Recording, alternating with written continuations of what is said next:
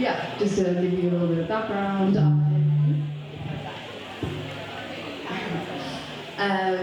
I am finishing off an architecture degree at the moment, and I was brought up in a Jewish community.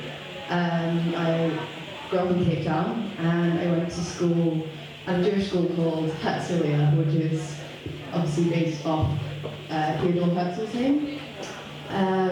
So you can imagine there was some unlearning to do, which I guess, yeah, kind of puts a bit of a framework on our conversation. The sort of theme is Jews in support of Palestine, and I'm going to let Marion introduce herself. Hello, thank you very much for inviting me, and it's great to see so many people here, and I feel terribly old. Sorry, I'm actually a sort of semi-retired academic. I trained originally as an architect, and then I was a professor of urban design at the University of Westminster for quite a long time, but I still do research work and so on. I have a Jewish heritage in that my mother was brought up in an Orthodox family, and then she married out. I was told at a young age not to tell people that I was Jewish, because my brother had been subjected to anti-Semitic harassment when he was young. And it's really only gradually through my life that I've recovered that heritage, and particularly with regard to my politics. And at the moment I'm on the executive of Jewish Voice for Labour, which is a pro-Palestinian Jewish group with, that started off in the Labour Party, and now we've got a different relationship. So we're a pro-Corbyn group, and lots of our executive has been expelled, and I haven't yet, but I'm just waiting. Great, yeah, so we're super lucky to have Marion here, and I'm going to go through a few questions, but it's going to be quite an informal conversation, hopefully. Please feel free to chime in and take part. I think, you know, the whole kind of underlying idea of having a conversation and sort of exposing ourselves as Jewish people in support of Palestine is to have those difficult conversations that are sometimes really silenced and really, you know, kind of erased, and that is something we're fighting against. So I'm going to start asking you a couple of questions. I think the first one to ask is, what do you feel makes your positionality as a Jewish person important in this conversation about the liberation of Palestine? Well, I think it's the deep wrong that because I have a Jewish mother, I could theoretically claim Aliyah and claim citizenship of Israel, and a Palestinian person who's actually born there, whose grandparents live there, who've been expelled, you know, is either in a refugee camp or in exile, and you know, can't come back and is treated as a second-class citizen, and that's the most fundamental thing that drives me, really. Great, thank you so much. I have a quote by Ilan Pappé, who's a wonderful author that's come up already today, which when I read it, I just felt I related a lot to it. So I'm going to read that.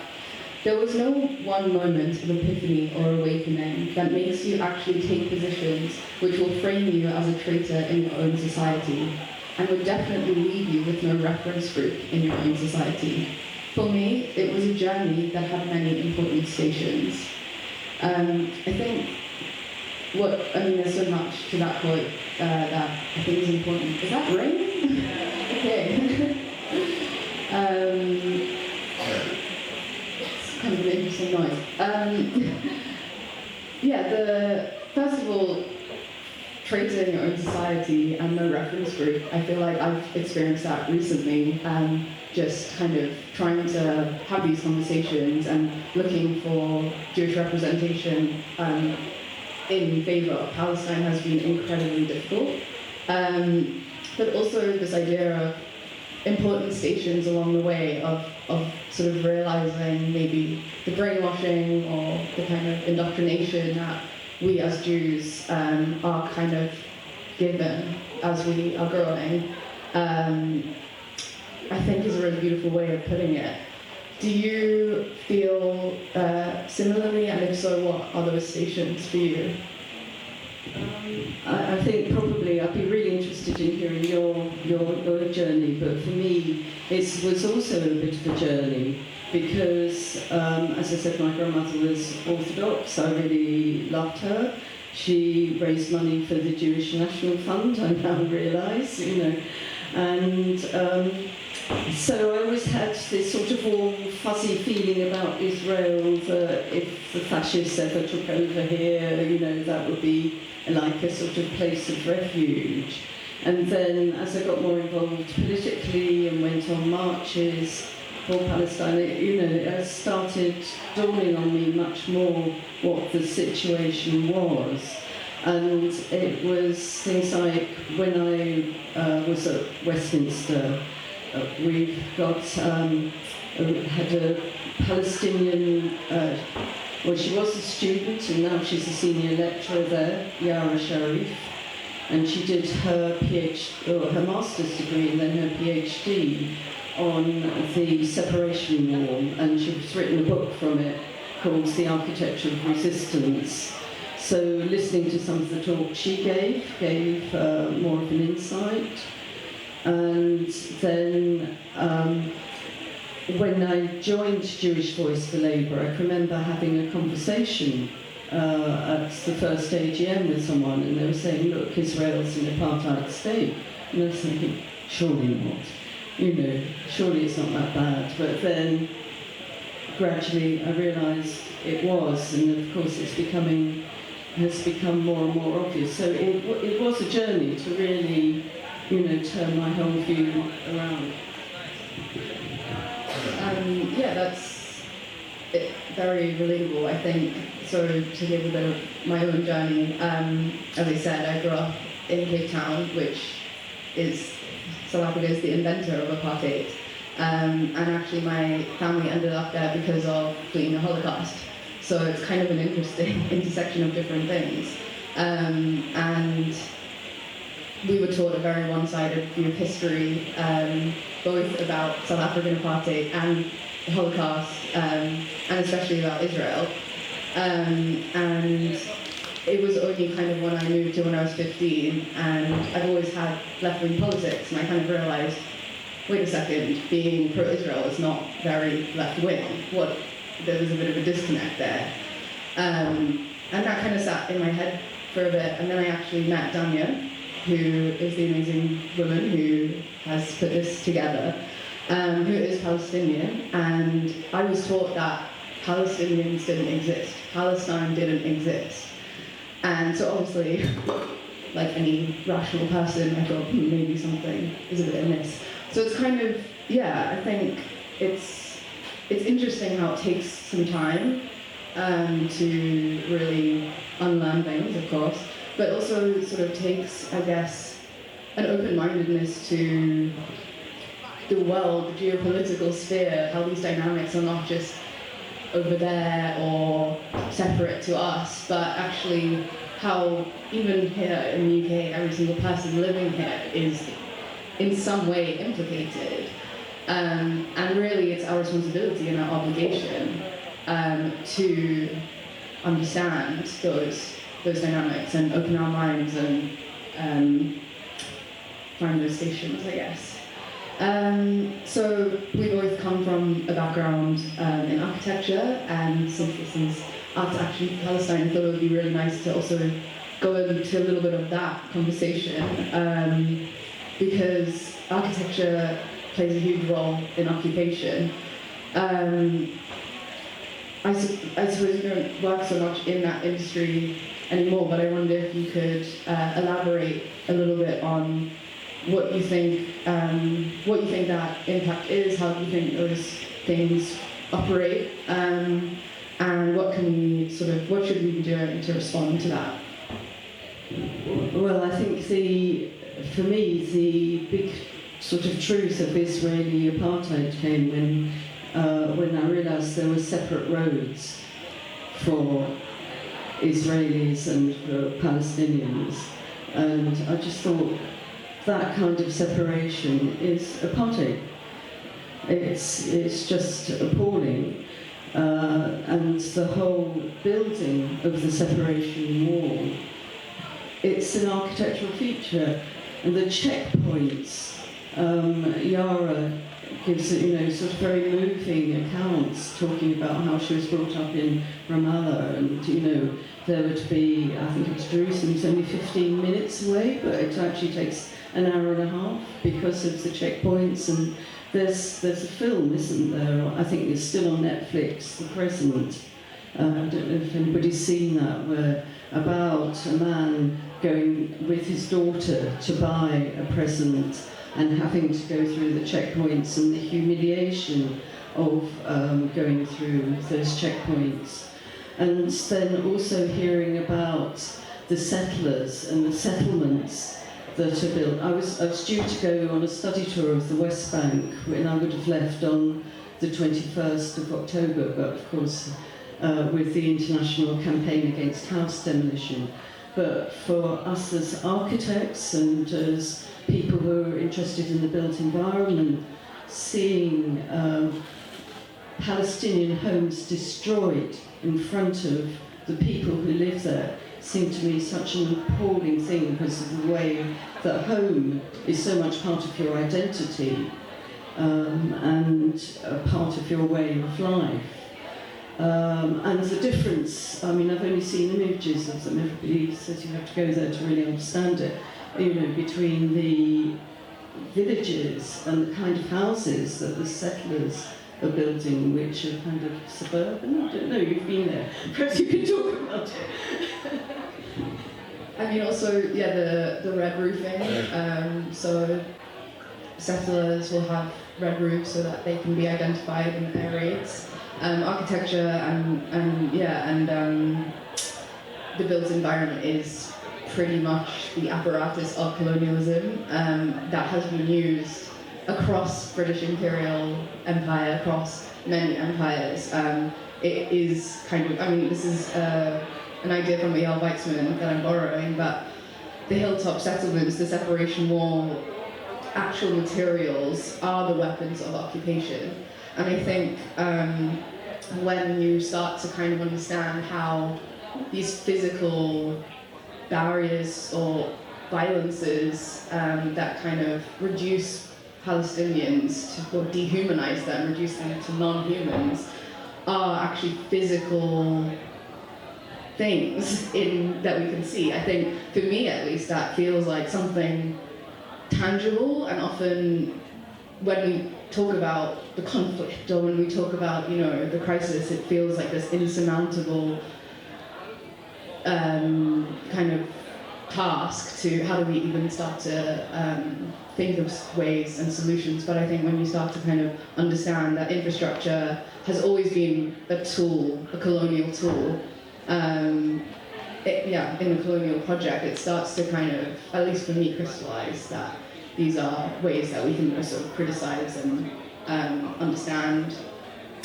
Did you want to add anything more to that? I know you're meant to be asking you the questions, but I'd like to ask you one.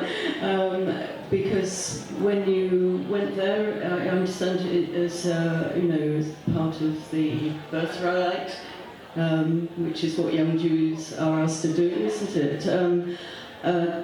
Did you just stay in West Jerusalem and Israel, or did you ever go to the West Bank at all and see anything there?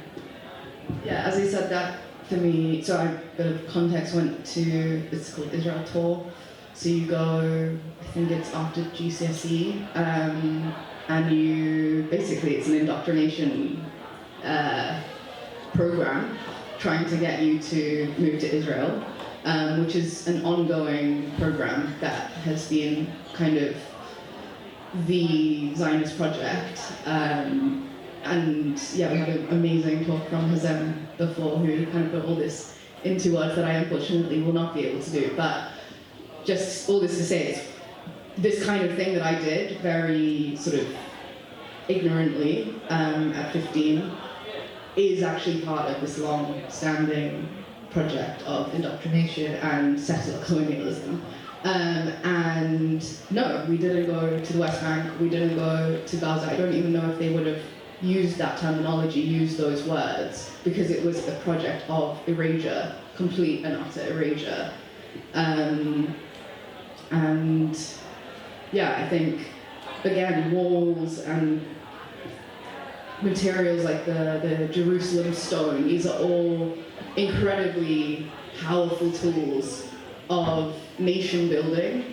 And yeah, I think I'm just gonna add, for myself as a sort of person training in spatial practice, these are things that I think are extremely, extremely important to centralize in every single conversation we have about space, really. Yeah, I also wanted to bring up, in the Jewish Voice for Labour, one of the kind of action points, I can't remember exactly how you stated it, you have combat climate change, biodiversity loss, and pollution of land, rivers and seas. I wonder if you could talk a bit about, that in connection to Palestine and your work within Jewish Voice for Labour.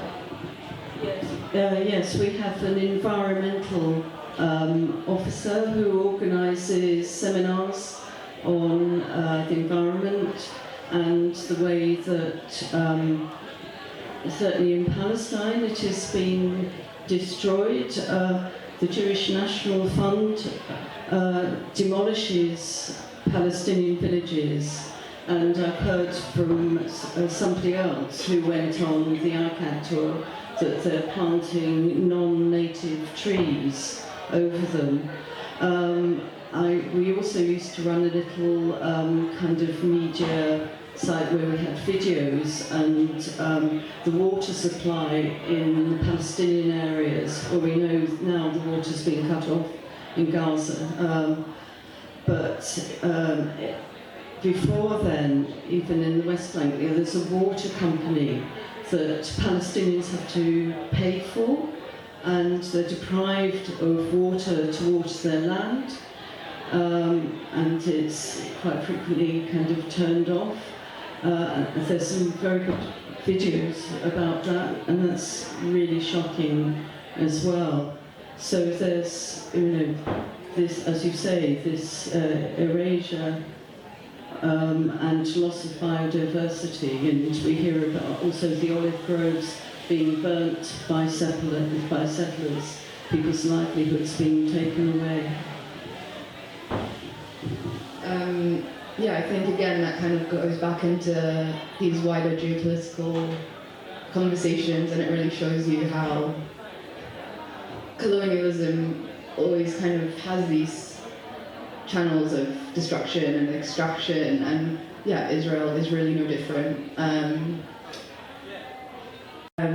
So after Hamas's initial attack on Israel, Rishi Sunak said, "We stand with Jewish people." Keir Starmer recently suspended Labour MP Andy MacDonald for saying from the river to the sea.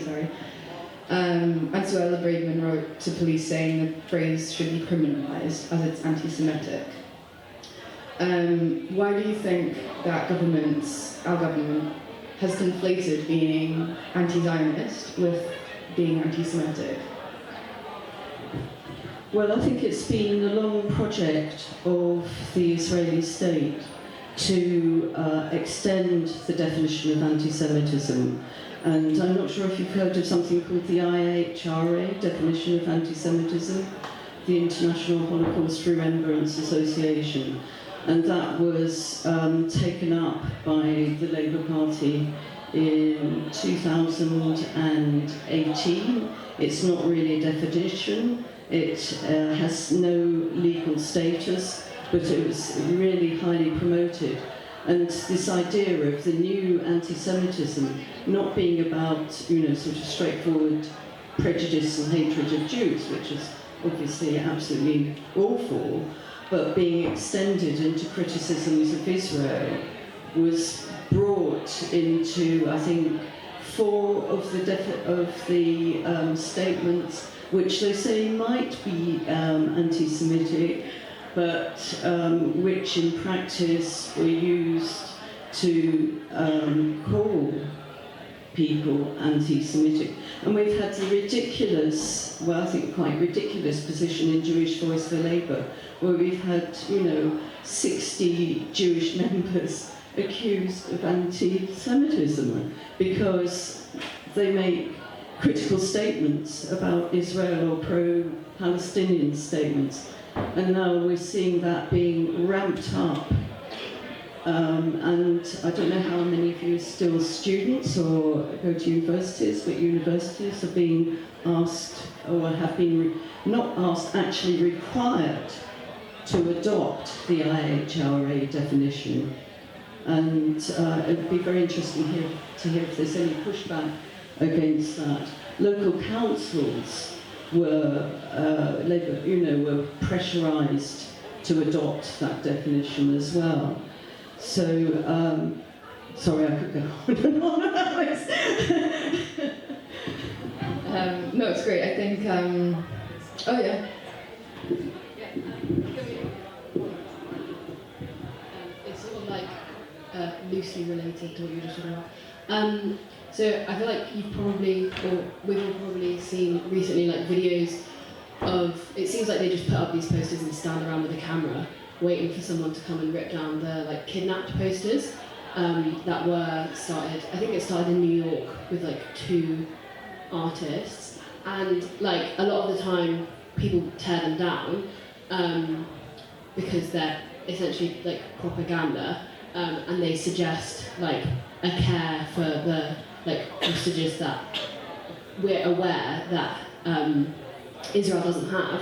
But I feel like it's very difficult to act against propaganda without being accused of anti-Semitism.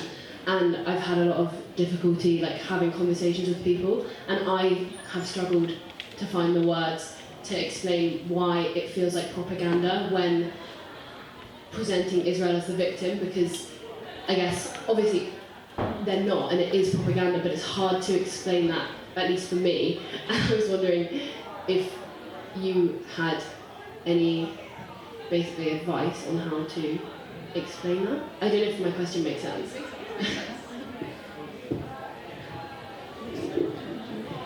Well, obviously it's a huge problem at the moment, and I think the way that the Palestinian ambassador, Yusuf Zomlot, answers those questions is very good.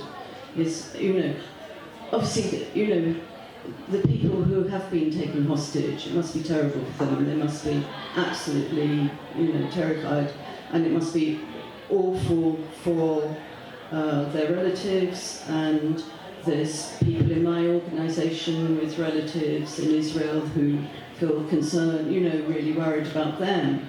But my answer would be continuing a war doesn't solve this.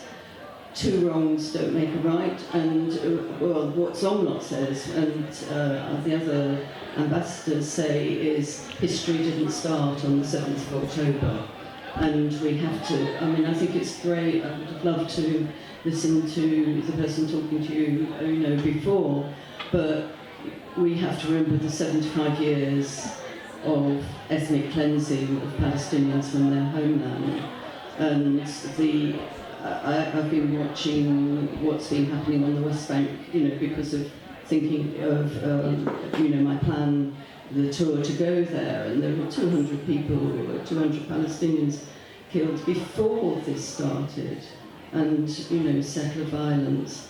So it's not to say it's okay that there are hostages, but it's more to say, well, the context is there, and how can we find peace? Will peace ever be found through more bombing, that's the way I dealt with it. I did a speech at a local Stop the War event yesterday. Yeah, I think it's a really great question, and I think is also where I was hoping to sort of end and then open to more questions. But yeah, I guess it's kind of how do you speak to people really on the other side, like really, really on the other side.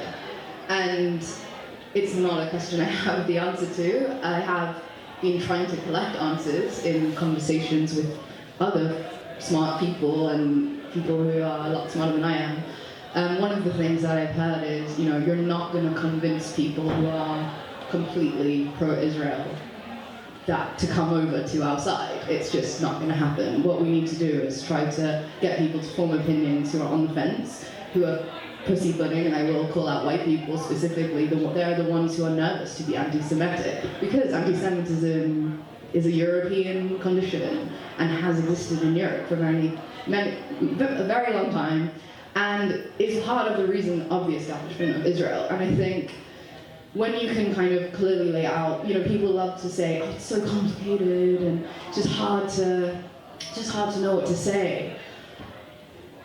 It's not that complicated. We understand it in many other contexts.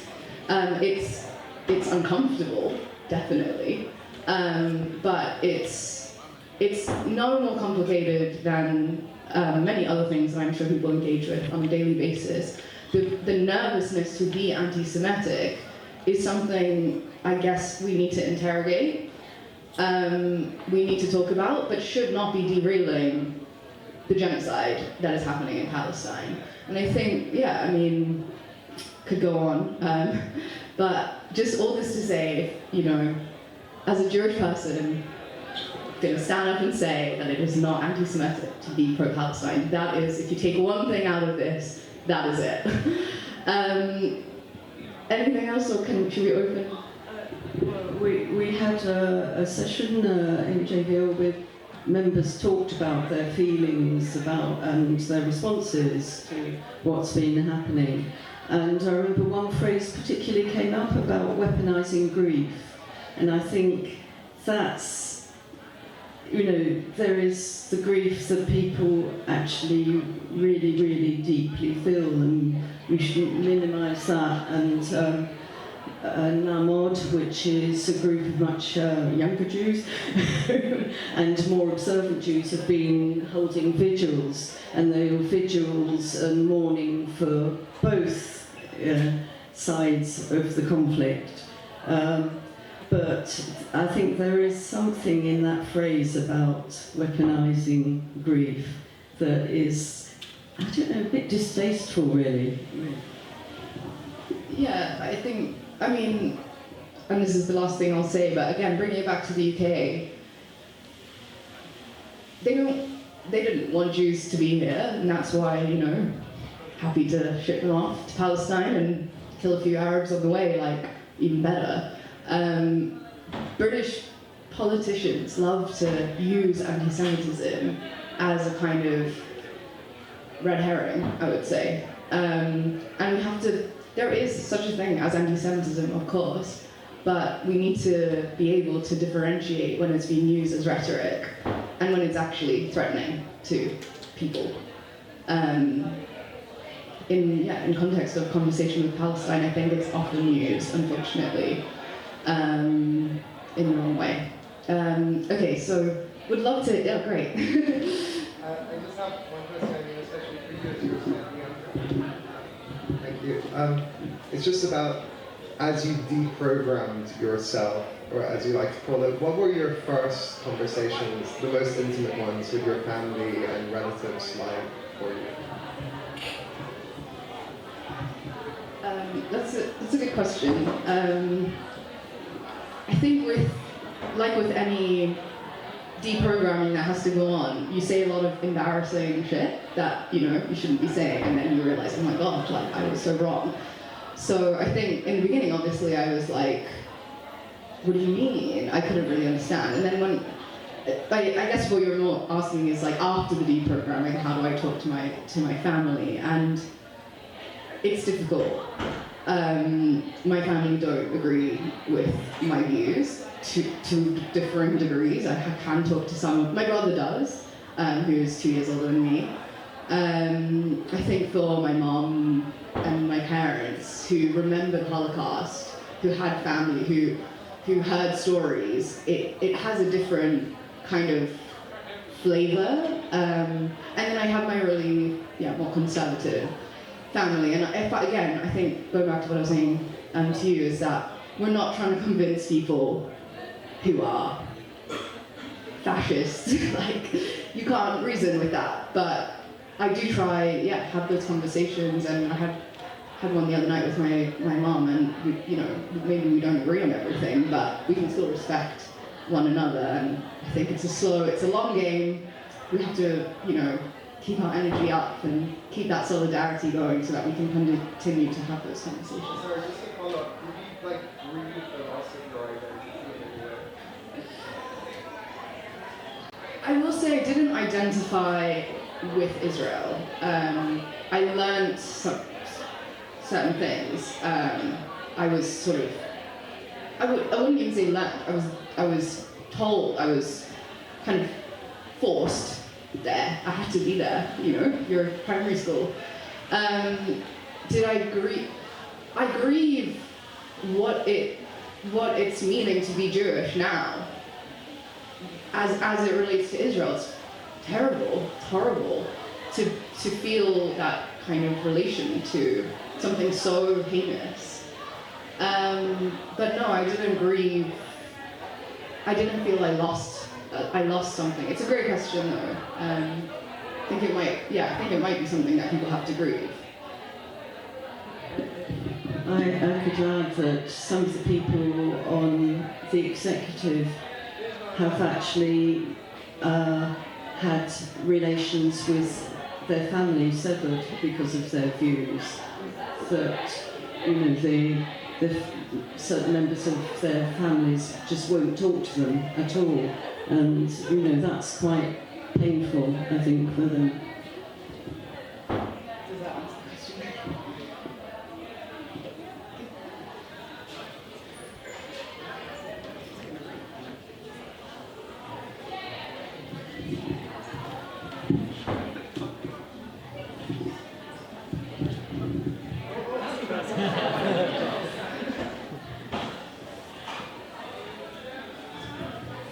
I think my question was, thank you so much for the talk today, and in terms of raising your concerns, and actually it's appalling to think someone who's Jewish might be expelled from the Jewish Voices for Labour. No, from the Labour Party. Yeah, that's what I mean, but for the Labour Party, they're Jewish. And I think my question was, because I'm a long life Labour supporter, and I live in Camden where Keir Starmer is my MP. And I think my question was, what can we do in terms of to raise concerns? Because my concern now is we're heading to a general election where I have friends of mine, people in my sector saying they won't vote for Labour for what is happening. But then my concern is with the current government and sort of Braverman that I can't live through another Conservative government. But what can we do, especially with Keir Starmer isn't representing his constituents? Where Camden, I've lived for most of my life, is a multicultural community, and most of us, and we being Muslim as well, but most of us are displaced, have been oppressed, have faced violence, and see what's happening in Palestine. Is it tragical? What can we do in terms of to hold people like Keir Starmer accountable?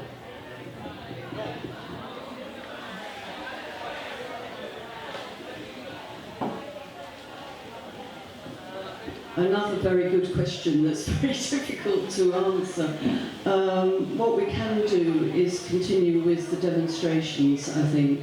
I think it really has shocked the establishment that, the number of people on the pro-Palestinian demonstrations has been terrific. And also I think what's very moving is the variety of demonstrations, and I don't know if any of you watch not the Andrew Marr show with Crispin Flintoff. It's an internet show that takes place on Sunday morning, and this morning he devoted it to Palestine and showed that the different demonstrations happening all over Britain, including one where there was a pro-Palestinian demonstration outside a fundraising event for the Labour Party in Newcastle. And it was a very respectful demonstration, but quite vociferous. We had the one outside Chatham House on Tuesday. Obviously, it's easier for someone like me who doesn't have a regular job to be able to get down there with our banners. And there's some, terrific banners now, and the homemade signs that really put the message across. As I mentioned, visuals, the sit-ins in the railway stations. I don't know if you've seen those pinged around on social media. Has anyone taken a part in any of them? Well done, you're really brave, but I'd like to hear your experience of them. And to just carry on putting this pressure on, I think will have some kind of impact. It's already shifted. I know it's very boring, but sending him direct emails. We tried a delegation to Labour Party headquarters of sitting councillors who just resigned, and a couple of us who were activists, and we got a little bit of press interest. BBC interviewed us, but I don't think showed it. But all those kind of demonstrations, pressure put on, it ramps it up. And support for Andy MacDonald. And John MacDonald helped us with the delegation on Thursday, and he was saying the MPs are getting hundreds and hundreds of emails, and that does have an impact on them if their inbox is full up with protests about the stance, and the same with the Tories. If they know that they're going to lose quite a chunk of a vote, that is of concern to any elected politician. And I think Muslims have, I wouldn't frame it as necessarily Muslim-Jewish issue. Muslims are 7% of the population. It's quite, and in certain seats. And losing Oxford City Council, I think, probably had an impact. Councillors resigning. So putting pressure on your local councillors, going online, finding out who they are, and saying, have they signed the open letter demanding a ceasefire? I think 350 of them have done that. And, more pressure from all sides, it builds up. Just to say, if people aren't aware, there is a workshop upstairs where they're helping to do exactly that, to write letters to MPs. Are there any other questions? I'm a bit close. It's not going to read.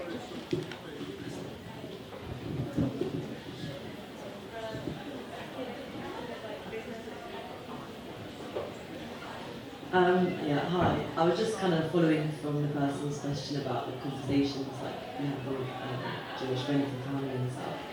I'm Jewish myself, and I saw after what happened on October 7th, I was even surprised by so many people's responses, people I thought were kind of sort of saying just genuinely, losing their mind in terms of how unsafe they felt as a result, and how it's so emboldened the Zionists in them.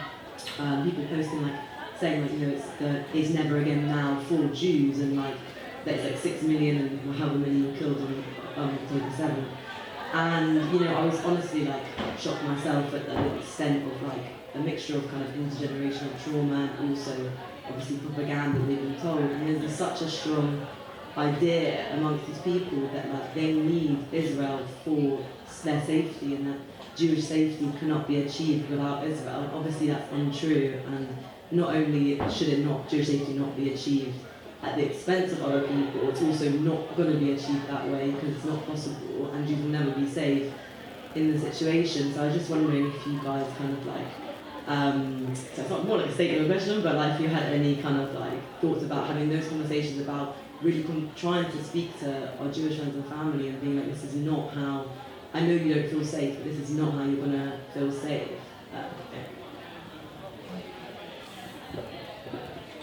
Yes, I think a really important question or statement. Thanks for saying a lot of the things I would have said anyway. So I'm not on social media, which has been quite interesting because I think a lot of these conversations happen in people's DMs where it's a lot easier to throw around accusations of how can you be so one-sided and, think about the Jews and think about the Holocaust and all of that. And I think, at least the way that people have asked me this question in my kind of university community as well, how to respond to, or how to kind of answer that question if you've been posting things on Instagram and then you're getting these kind of critique, or not even, just kind of horrible messages. And part of it, of course, I think you touched on it, is, of course there is suffering on the Jewish side. It's violent, it's a war, it's violence, it's conflict, like, no one wins, obviously, and we can acknowledge and still empathize with people who are being affected, but we need to be able to have a wider conversation. It's not just, as you said, it's not just 1948, it's not just the Holocaust, it's a long history of settler colonialism within the Middle East, which creates, or is kind of furnished and funded by the US and the UK, and those, to me, are things that really, like, everyone should be able to understand. So, not to be, not to talk down, not to condescend, but maybe people find it, difficult to read into it because it is very emotional and can be very hard. But there are sort of historical events and kind of systems of oppression that I think are, for me at least, we can still talk about those things and still hold a space for the suffering of Jewish people. Yeah, I think this fear thing is a difficult one. When I've been on the big marches, I feel that, I quite frequently feel imposter syndrome about all sorts of things, but certainly people coming up to me because I'm holding a Jewish Voice for Labour big flag and they say, "Oh, you're so brave." No, I'm not. I really am not, and I've never experienced any hostility at all on those marches. But clearly there is fear there, and I think what's unfortunate with, I don't know how, with the press, is really finding out what the anti-Semitic attacks really are. Are they maybe painting a Palestinian slogan, pro-Palestinian slogan on a school, which is very different from a physical attack. And there's also the difference between the different Jewish communities. I mean, we're not, a homogenous bunch, So nobody would know I was Jewish, but if you walk around Stamford Hill, there are people who look very obviously Jewish, and the same in Golders Green. And I can imagine that, women wearing a hijab and a scarf, that you might feel more vulnerable because you've got a visible sign of your identity. That could make you feel much more vulnerable, much more fearful.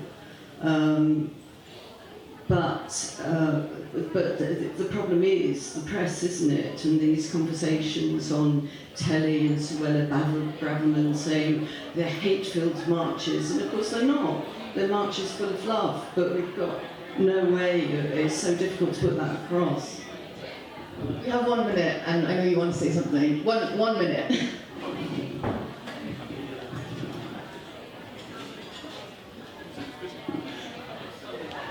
My question is a quick recommendation. if you're worried about being accused of being anti-Semitic in any of these arguments, do you guys remember Mick Lynch's TV stuff last year, or this time on? Have that approach. Ask yourself, are you a racist? Do you hate Jewish people for being Jewish? I'm saying 100% how many it is. So have that confidence and speak with that pursuit of justice. Read Asa Winstanley's book of weaponizing anti-Semitism, and read the documentary. Watch a documentary that's free on YouTube called Defamation. That will arm you with a lot of the tools you need. And anytime you can watch any clips of Norman Figler's book, that will also give you a lot of content to not be taken down by all these false bad faith. That's the thing, bad faith attacks to undermine. And remember, like, all the crap that people can say, Zionists can say in the West, that we're scared of going to London and whatnot. There's kids dying less than a month old, they're dead. Their whole families, whole gene pool is completely wiped out. Nothing compares to that. So don't be scared. You're pursuing justice, and we are on the right side. And if you can learn more about South Africa and how that changed, and they were fighting for years. And suddenly, within a few years, Mandela's in prison. Years later, he's out and he's the president. That's how it happens. But you have to keep talking to every single one. And humanity, those people are hardline Zionists, but they still think everyone's a hero in their own story. So connect the dots about that's a baby, that's a human. Are you that evil that you support that? Make those connections.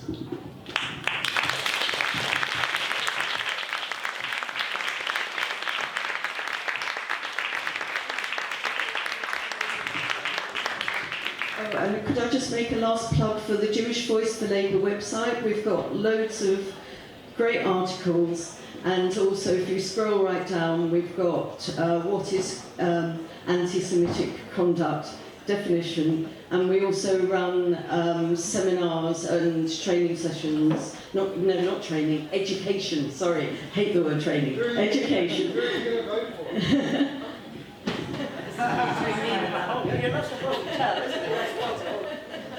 So thank you so much for the engagement. It's been amazing. And yeah, going to be around. I don't know if you're able to say a bit, but yeah, come say hi. And JP is going to introduce the next.